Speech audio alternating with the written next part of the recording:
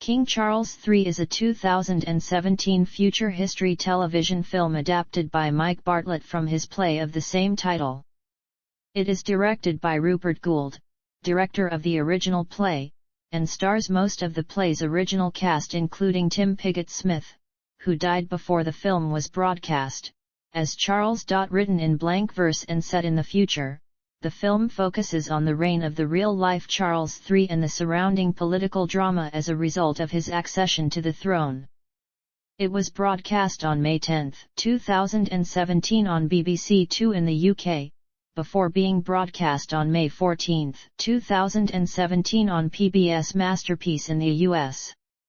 A DVD of the film was released in the UK on May 15, 2017. The film received 2 nominations at the 2018 British Academy Television Awards, Best Single Drama and Best Actor for Pigott-Smith. Plot: Charles and his family gather following the funeral of the late Queen Elizabeth II. Charles, as the new king, then holds his first weekly audience with Prime Minister Tristan Evans. They discuss a new bill for statutory regulation of the press, which has passed the House of Commons and the House of Lords and awaits only Charles's royal assent to become law. Charles is concerned that the law restricts freedom of the press too much, and would allow the government to censor the news and prevent legitimate uncovering of abuse of power. He asks the PM for alterations to the bill, but the PM refuses.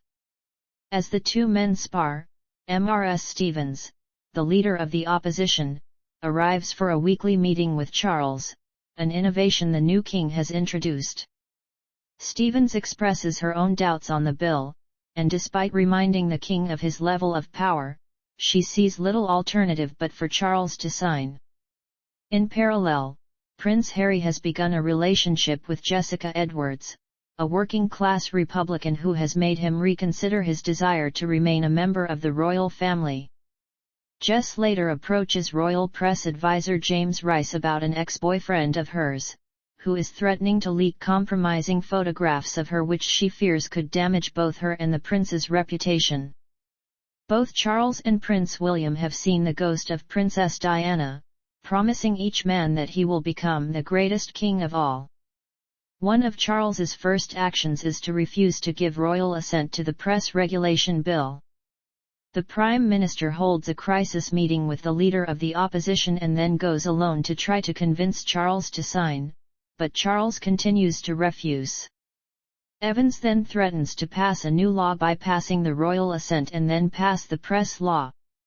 However, just prior to the vote, Charles enters the chamber and uses his power of the royal prerogative to dissolve Parliament, preventing the PM from bringing either plan into effect.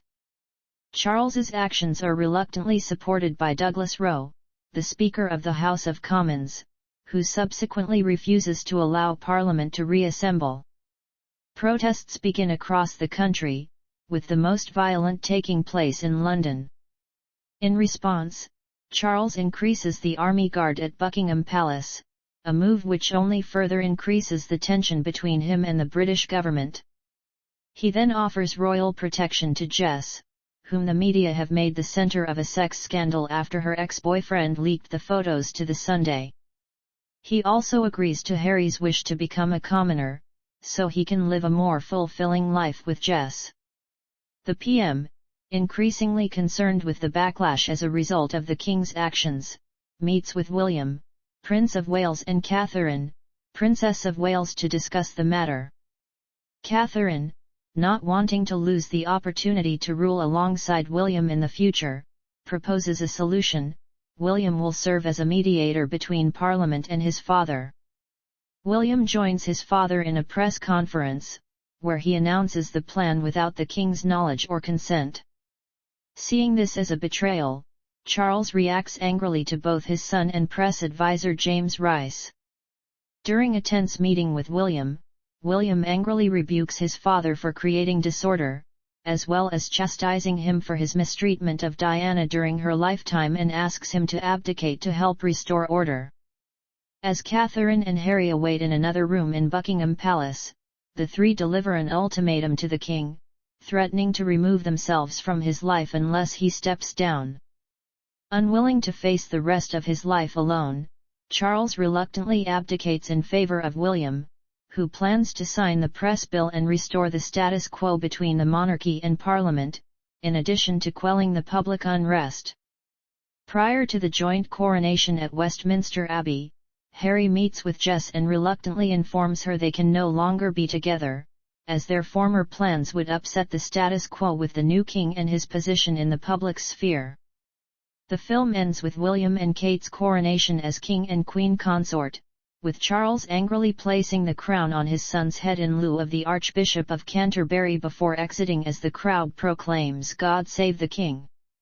Cast: Royal Family, Politicians and Public Figures. Others.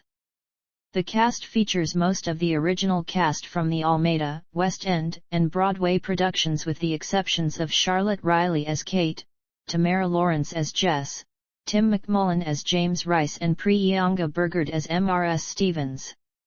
In the original play, Nyasha Haytendi played multiple roles including Spencer, Paul, and the Archbishop of Canterbury. Perth Thakarar played these roles in the subsequent UK tour.